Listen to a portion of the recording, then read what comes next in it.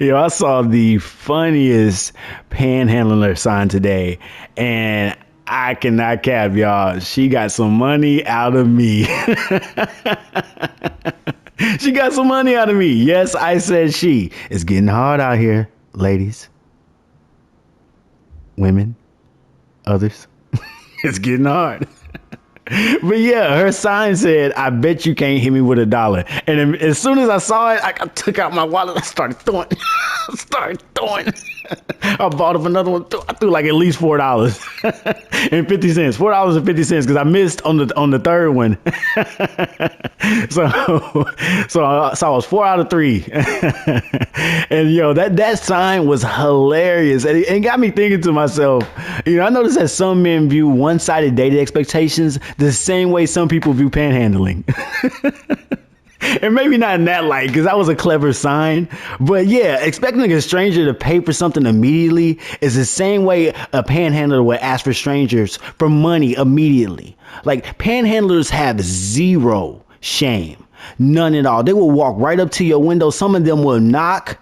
Some of them will literally have any type of antics that they can use in order to get a quick buck out of you. I have seen some of the cleverest, or most clever, should I say, panhandle techniques in order to get $1 out of somebody. Like I said, that sign was probably the most I've ever seen somebody actually get attention, because I wasn't the only person throwing dollars. At one time. But I also have seen people selling things like roses or bottles of water. Y'all know the water boys out there in Atlanta.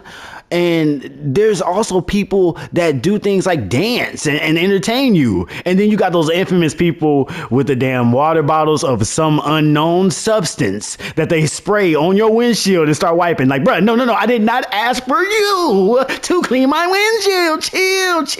What is that? Windex? That can't be Windex. What is that? Is that hand soap? Did you just put hand soap on my windshield? Oh my God, man, take the $1. Get on. But yeah, that happens from time to time. Panhandlers have all kinds of antics. They try to use sympathy and persuasion whenever those antics don't work. They be really trying to get $1 out of you, saying things like, "Oh man, I just haven't eaten today," or they'll have a whole sob story or pitch to you that they properly ran 200 times that day. Right? And it's the same way in the dating scenario that somebody might use charm or emotion to appeal to somebody in order for them to do what they feel is necessary. There's either way it goes, there's minimal investment from the panhandler, right? They're soliciting, and it's really not costing them anything to solicit. But it's a one-sided transaction, because that minimal investment always has the person that's investing thinking, well, damn, I hope it's appreciated, or at least there's some type of connection. I would hope that's the case. But, the donor with the panhandler always hopes that, they genuinely needed it. Some people think that they might use it for ulterior motives, which some of them do. And it's the same way in the dating market. Some people use it for ulterior motives. And I can't shame nobody. I ain't got no shame in your game. Just, we see you. Okay? We see you and we know you for what you are. Now, I realize that providing hope to somebody, especially false hope when you don't intend it, when your intentions are not pure, is terrible. That's why I see this panhandler analogy as being very accurate to the dating scenario when somebody's in it just to get something out of a stranger without intending to invest anything, especially long term. Because it can get frustrating when your effort feels like it's transactional. But see, when you're the panhandler, it frustrates you when you feel like you're being exploited. I know a lot of people that are panhandlers that get upset when somebody pull out their camera and show that they're giving somebody some money. But at the end of the day, do you truly appreciate what I'm doing? Because if you truly appreciate what I'm doing, you shouldn't care how it truly looks. You out on the side of the road, begging for scraps. Literally. And if you got a cool sign like the one that I saw, I might actually, I'm standing on the panhandler, my bad. Anyway, standing on the dating market. Anyway, so if you are as clever as that one lady, yeah, I'm gonna throw a couple dollars at you. But see, that's the thing. These antics shouldn't even be necessary if you're somebody that's actually where you need to be. Now, granted, there are some people that do need to panhandle for their attention, for their love, for effort. Man, get back, bro. What we doing? I don't know how he survived that, y'all.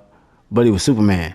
Anyway, there's some people that do have to panhandle for attention, for love. So don't get me wrong. The dating scene is full of different ways of getting attention. And we'll probably talk about most of them because I've seen it all. Trust me. I'm glad I'm out the game. Especially, I'm glad that I'm away from the panhandlers, yo, because they're very hard to tell no. Man, they can appeal to your heartstrings sometimes. Look at all this nonsense in here, man. I'm looking for a specific thing. I can't even find it. What the hell? Y'all tell me if y'all see it. This is the Dora effect. Like, of course y'all can't tell me if y'all see it. Damn it. Man, I got to find this. There it is. All right, cool. There it is. 050291. Let's put in this code real quick. But anyway, I'm trying to put emphasis on this perception because I don't want to make a blanket statement without y'all understanding exactly what I meant by that. So when I say that some men do view one-sided dating expectations like panhandling, I say that because I know too many men that are tired of things being seen as transactional without somebody deeply investing. So when they say they want somebody to invest in them, that's not them wanting princess treatment. That's just wanting them. They want it's called ROI, ladies and gentlemen, ROI. They want a return on their investment. They don't want to feel like whatever it is that they're providing to somebody, that first of all, they can't provide it to themselves off the rip. That's why when you get somebody $1, like, I hope that you don't really need this $1. I hope you maybe just down bad. But you should never loan something to somebody that you don't need right back. And that's the point I'm trying to make to you.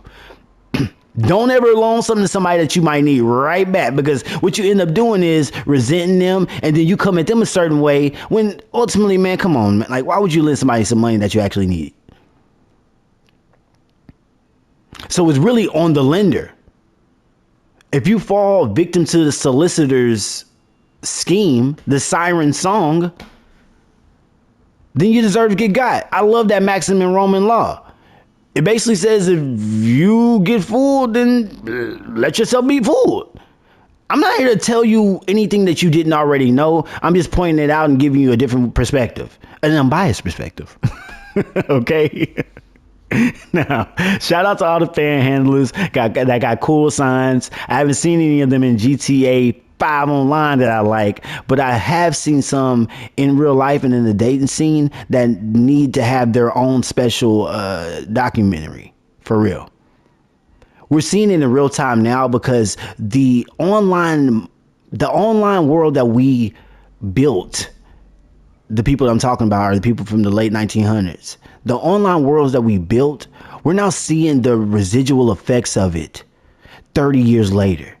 What it's doing to people's psyche, what it's doing to their brain and their minds. And the way that they panhandle online is similar to how they do it in the streets now.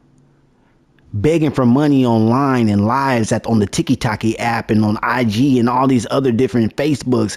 It's literally a way of making money that I've never even realized could be.